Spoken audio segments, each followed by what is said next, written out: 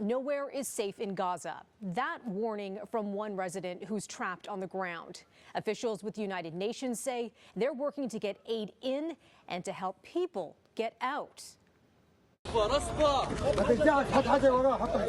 desperate group of civilians doing what they can to reach the bodies of children buried in the rubble following an Israeli airstrike. A nearby refugee camp providing little shelter from the heavy shelling. Rescue workers performing the grim task of retrieving dead bodies from the wreckage. There is no safety, says one Gaza resident. Wherever we go, they're shelling, crying, screaming, blood. Seriously, we don't know what we should do. Amid that violence, the heart-wrenching image of a baby born Sunday at a United Nations school that's being used as a makeshift shelter.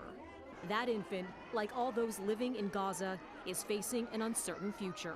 The health system, of course, in Gaza generally, but in the north in particular, is collapsing before our very eyes.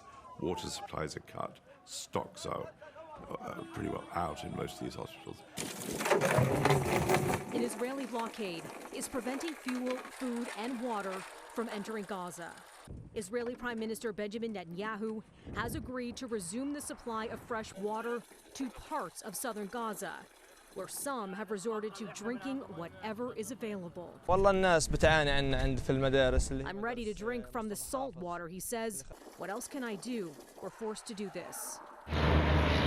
Aid trucks remain lined up near the Egyptian border, awaiting permission to move through the Rafah crossing into Gaza, the only border not controlled by Israel. International pressure is mounting to ease that blockade, allowing for the flow of fresh supplies.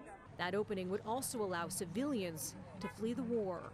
The humanitarian situation is one which, of course, we're concerned about, and in particular, making sure that we can try and get the Rafah crossing open. That will ease the humanitarian situation.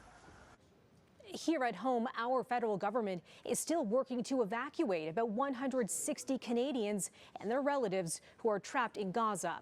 A plan to allow foreign nationals to leave the territory through Egypt fell through over the weekend. Melissa Duggan, City News.